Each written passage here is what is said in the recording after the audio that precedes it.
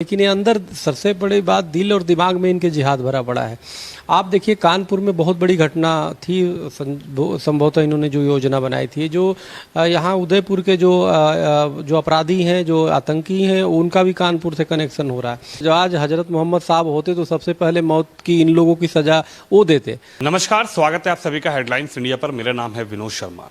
हिंदुस्तान में रहकर, हिंदुस्तान की धरती का अनाज खाकर और पाकिस्तान में ट्रेनिंग लेकर दो लोग, रियाज अख्तारी और गौस मोहम्मद ने निर्दोष कन्हैया लाल की धारदार हथियार से गर्दन काटकर उनकी हत्या कर दी। आखिर ये कौन सी सोच है कि हिंदुस्तान में रह रहे हैं और पाकिस्तान से ट्रेनिंग लेकर आते हैं और ऐसी सोच के साथ तालिबानी तरीके से एक निर्दोष व्यक्ति की हत्या भारत में की जा रही है। मेरे साथ स्वामी चक्रपाणी जी महाराज जी हैं, उनसे बातचीत करेंगे। साहब, क्या हो रहा है ये? आखिर आप कैसे देखते हैं, ये सोच कैसे डेवलप होती जा रही है कि खा तो हम हिंदुस्तान कर रहे हैं, कमाई भी हिंदुस्तान में कर रहे हैं, लेकिन पाकिस्तान में 45 दिन की ट्रेनिंग ले रहे हैं और कहीं ना कहीं धर्म को आड़ बनाकर, धर्म की आड़ में ये कौन सी मानसिकता पनप रही है जो आप देख रहे हैं? तो उदयपुर में जो ये आतंकी घटना हुई है, ये बहुत ही दुर्भाग्यपूर्ण है और आप ये देखिए सोची समझी चाल है।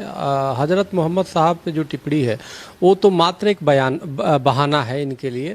एक्चुअल आतंकवाद और दहशतगर्दी इनका उद्देश्य ही है, इनका मिशन है कि पूरे देश और दुनिया में पूरी जहाँ जहाँ ये जाते हैं, पहले तो भाईचारे की बात करते हैं और उसके बाद आप वो भाईचारे का मतलब कि आप भाई बनाओ, वो आपको चारे की तरह खाते जाएंगे। और इस प्रकार से जिहादी जो मानसिकता है ना, ये पूरी दुनिया को निगलने के कगार पे है। और इनकी ट्रेनिंग जो है, इनकी प्रशिक्षण जो है इस्लामिक कंट्रियों में हो रहा है, जो देश दुनिया के लिए घातक है। जैसे पाकिस्तान है, ये पाकिस्तान गया हुआ था आतंकी जो दोनों थे और उन्होंने ट्रेनिंग भी लिया था। इनके गाड़ी का नंबर 2611 था और ये पूरे बहुत सोच समझ के सीधे से जाकर के किस प्रकार से कन्हैया को सरेआम गए और धोखे से उनकी हत्या कर दी। उसके पहले अमरावती में भी 11-15 दिन पहले हो गया, अमरावती की भी घटना आ गई है। उसको कैसे अमरावती की घटना को दबाने का प्रयास किया गया था, अब पता चल रहा है कि वो जिहादी और आतंकी वो भी घटना सोच समझ के उसकी गर्दन को काटा गया, हत्या की गई। मेरे कहने का मेरा मतलब है, इससे हमें लड़ना होगा। एक तो पूरे देश पे जो भी पाकिस्तान या टर्की या अन्य इस्लामिक कंट्री जो कट्टरपंथी अपने को कहते हैं, कट्टरपंथी देश है, वो जो लोग भी जा रहे हैं वहाँ पे उनके, और जो 10 सालों में गए हैं या उसके पहले भी, वो उनकी पूरी खाका तैयार की जाए कि वो किस लिए गए थे, क्या करने गए थे। कहीं ऐसा तो नहीं कि देश को दहलाने की साजिश, क्योंकि वो ताक में बैठे हुए। और भविष्य में इन मुस्लिम कंट्रियों में आना जाना पूरी तरह बंद करने चाहिए, क्योंकि जब तक प्रतिबंध नहीं लगेगा, ये आतंकवाद की ट्रेनिंग लोग जा कर के ऐसे जिहादी मानसिकता के लोग लेते रहेंगे। और भारत में भी जो मदरसे हैं, उसको मदरसे को पूरी तरह से प्रतिबंधित किए जाने चाहिए, क्योंकि मदरसों में इनकी सबसे पहले बच्चे जब होते हैं, बच्चे के दिमाग में जो जैसे डाल देंगे वही वो पूरे जीवन काम करता है, तो उनको कर दिया जाता है। और इसमें खास तौर से जो लोग हैं, कुछ जो ब्रेन वॉश करते हैं बच्चों का, फिर वो बड़ा होता है और धीरे धीरे वो जिहादी बन जाता है। तो ये सनातनियों के, हिंदुओं के जो नफरत और घृणा भरी पड़ी है। आप देख लीजिए कि ज्ञानवापी में शिवलिंग थे और उस पर वजू इतने सालों से कर रहे थे और उन्होंने बताया भी नहीं। वो तो माननीय कोर्ट का धन्यवाद दूंगा कि जब जांच हुई और सीधे दिखाई दिया कि वो उसमें शिवलिंग है, उस शिवलिंग पे वजू, बताओ ये कैसा भाईचारा है भाई, ये कैसा सद्भावना कैसे होगा। तो इनके दिमाग में कहीं ना कहीं हिंदुओं के प्रति बहुत घृणा भरा पड़ा है।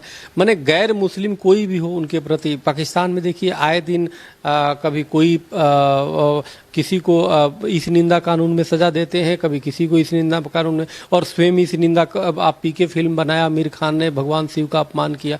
तो भगवान शिव का अपमान किया, उसका हिंदू संगठनों से गर्दन काट नहीं दिया, तुम कैसे कन्हैया लाल का गर्दन काट दिए भाई। अब ये और भी जो अपमान, असुद्दीन ओवैसी चाहे उनके भाई हमेशा अपमान किया करते हैं हिंदुओं का, सनातन धर्म का, और देवी देवताओं पे टिप्पणी करते, उनका तो कोई हिंदू संगठन ने गर्दन काटा नहीं। तो ये बड़ा दुर्भाग्यपूर्ण है, ये जो हिंसा हुआ है, ये जो हत्या हुई है, ये बहुत ही निंदनीय है और ये अच्छी बात नहीं है। संविधान का पालन होना चाहिए और ये बहुत ही गलत। क्या कहेंगे आप? कुछ दिन पहले उत्तर प्रदेश के सहारनपुर के देवबंद में एक बड़ा जमीयत बुलाई गई, वहाँ के जो लोग थे उनको बुलाया गया। इधर तौकीर रज़ा नए नए बयानबाजी करते हैं, उधर असदुद्दीन ओवैसी नई नई बयानबाजी करते हैं। क्या लगता है कि ये जो इन लोगों की बयानबाजी है, इस बयानबाजी से ही ये लोग जो पनप रहे हैं, ये लोग जो निकल कर आ रहे हैं? पहले जुमे के दिन पत्थरबाजी शुरू हो गई थी अभी बीच में, उसके बाद अब ये नया ट्रेंड शुरू कर दिया कि गर्दन सर से अलग कर दो, ये कर दो। क्या इन लोगों को भी, जो इनके धर्मगुरु हैं, इन लोगों को सोच समझ के अपने बयान देने चाहिए, इन लोगों को सोच समझ के कैमरे के और मीडिया के सामने बोलना चाहिए, जिससे कि आपसी उन्माद ना बिगड़े? नहीं, मीडिया के सामने अगर जो बोल देता है ना, वो तो उनका बाहर एक्सपोज हो जाते हैं, लेकिन ये अंदर सबसे बड़ी बात दिल और दिमाग में इनके जिहाद भरा पड़ा है। आप देखिए, कानपुर में बहुत बड़ी घटना थी, संभवतः इन्होंने जो योजना बनाई थी, जो यहाँ उदयपुर के जो अपराधी हैं, जो आतंकी हैं, उनका भी कानपुर से कनेक्शन हो रहा है। पीएफआई एक आतंकी संगठन है। कई बार हमने सरकार को बोला है कि उन पर प्रतिबंध लगाया जाए, सरकार संभवतः लगाएगी जल्दी। आप देखिए, पीएफआई का भी एंगल आ रहा था कानपुर में। और सबसे बड़ी बात यह है कि आप ये देखिए, वहाँ पे महामहिम राष्ट्रपति जी थे उस समय जब दंगा की शुरुआत किया गया। वहाँ पे प्रधानमंत्री मोदी जी भी थे, मुख्यमंत्री योगी जी भी थे, और उस समय वहाँ पे उपद्रव किया गया ताकि देश दुनिया में भारत बदनाम हो। और हमें तो लगता है कि ऐसा तो नहीं कि महामहिम राष्ट्रपति जी को टारगेट किया जा रहा हो या पीएम जी को, मोदी जी को टारगेट करने का कोई उद्देश्य था। ये बहुत बड़ी साजिश है। इनको हमें बहुत ही हर व्यक्ति को की जिम्मेदारी बनती है, देश हम सबका है, कि ऐसे जिहादी मानसिकता के लोगों को हम समझें, हम उनको कानून के दायरे में लाएं, उनकी गिरफ्तारी कराएं, उनको सजा दिलाएं।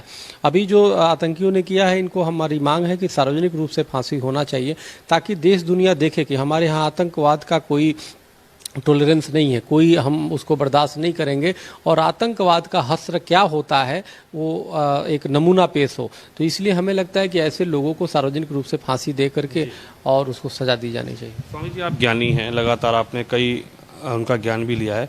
क्या ये जो कहते हैं कि रसूले उसकी एक ही सजा, सर कलम कर दो, ये कर दो, ये कहीं इस्लाम में क्या लिखा हुआ है? क्योंकि लगातार मैं मौलवी से भी बात करता हूँ, आप भी डिबेट में बैठते हैं, ये कौन सी सोच, कौन से विचार ये लोग लेकर अब सड़कों पर निकल रहे हैं? देखिए, जो मोहम्मद साहब जी के बारे में जो आया है कि किस प्रकार से एक बुजुर्ग की महिला उन पे कूड़ा रोज फेंकती है, और वो जा करके एक दिन नहीं फेंकती है तो जाके उसका हाल चाल लेते हैं और पता चलता उसकी तबीयत खराब है, वो ठीक नहीं है, उसकी सेवा करते हैं।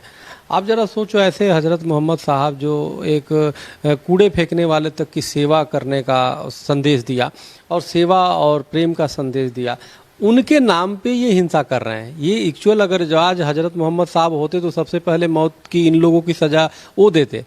तो सवाल ये है, जिन्होंने अहिंसा का ही पाठ पढ़ाया, जिन्होंने एक प्रेम और सेवा का वो किया, जिन्होंने अहंकार को मारने की एक उदाहरण पेश किया, और उनके नाम पे ये हिंसा कर रहे हैं, तो इससे बड़ा पाप तो कुछ हो नहीं सकता है। तो ये हज़रत मोहम्मद साहब के नाम पे ये आतंकवाद फैला रहे हैं और उनके विचारों पे नहीं चल रहे हैं। तो अगर विचारों पे चलते तो संविधान का सम्मान करते, संवैधानिक दायरे में रह करके, और जो भी कार्रवाई हो, हम किसी के भी धार्मिक भावना को आहत करने के हम समर्थक नहीं है। हम खुद भी पीके फिल्म में अपमान हुआ तो मुझे दर्द हुआ, तो स्वाभाविक है किसी को भी होगा। हर व्यक्ति की धार्मिक जो भावना है उसका सम्मान होना चाहिए, लेकिन ये नहीं कि आप तुम सर से जुदा, तन से सर जुदा, और ये सब चीज़ें जो है, ये यहाँ पे कोई इस तरह की चीज़ें नहीं होनी चाहिए। संविधान इसीलिए बना है कि सबको संविधान के दायरे में रह के उसको सजा का प्राविधान है। तो ये बड़ा दुर्भाग्यपूर्ण है। हमें लगता है कि जो बुद्धिजीवी जो इस्लामिक हैं, जो अच्छे भी हैं काफ़ी, जो इस चीज़ की निंदा कर रहे हैं, अब तो बहुत लोग निंदा कर रहे हैं, तो उन लोगों को आगे आकर के अपनी इस्लाम को, सच्चाई है कि इस्लाम ही से खतरे में हो रहा है। इस्लाम तो पूरी दुनिया में इसीलिए बदनाम हो रहा है आतंकवाद को लेकर के, जबकि ऐसा नहीं कि हर व्यक्ति सभी बुरे हैं, लेकिन जो उलेमा हैं, जो मौलाना है, जो उस चीज़ को समझ रहे हैं, उनको आगे बढ़ करके ऐसे लोगों के खिलाफ खड़े होना चाहिए। स्वामी जी, क्या कहेंगे? कन्हैयालाल लगातार एक मांग कर रहे थे, जब ये प्रकरण हुआ तो कन्हैयालाल को धमकियां मिलने लगी। वो एक मांग कर रहे थे कि भाई मुझे सुरक्षा प्रदान करी जाए, मेरी जान को खतरा है। लेकिन वहाँ पर जो अशोक गहलोत जी की सरकार है, कांग्रेस की गवर्नमेंट है, वहाँ पर वो कहीं ना कहीं उसमें ढील बरतती हुई नजर आई। हालांकि अब ये प्रकरण हो गया, उनकी हत्या कर दी गई, उसके बाद भले ही वहाँ पर जो मुख्यमंत्री हैं उन्होंने आईजी को हटा दिया, वहां से एसपी रैंक के अधिकारियों को हटा दिया, लेकिन उत्तरी पर फेल ही है। और सबसे बड़ी बात इस मामले में बिल्कुल वहाँ की शासन प्रशासन फेल है, सरकार फेल है। आप देखिए कि कन्हैया लाल को सुरक्षा नहीं दिया गया था। वो एक हफ्ते से उन्होंने दुकान बंद किया था। जिस दिन दुकान खुला उसके 2 घंटे के बाद हत्या होगी। मतलब सीधा था कि जो मांग कर रहे थे उनको सुरक्षा दी जानी चाहिए, तो सुरक्षा होता तो शायद ये घटना नहीं होती, लेकिन ऐसा नहीं हुआ, जिसका परिणाम स्वरूप आज कन्हैया हमारे बीच में नहीं है। तो ये सरकार का तो फेलवर है ही है। सरकार ने कहीं के, और सरकार आप देखो कि बार बार हमेशा राहुल गांधी जी, प्रियंका गांधी जी टिप्पणी करते रहते हैं, लेकिन इस पर कन्हैया लाल के घर नहीं गए। राजनीति करना हो तो उत्तर प्रदेश में पैदल चलना शुरू कर देते हैं, रोड पे कानून व्यवस्था बिगाड़ने लगते हैं। लेकिन कन्हैया लाल का हालचाल पूछने के लिए, उनके परिवार से मिलने के लिए आखिर अभी तक क्यों नहीं गए प्रियंका गांधी जी, क्यों नहीं गए राहुल गांधी जी? क्योंकि उनको कहीं ना कहीं जिहादियों से संपैथी है।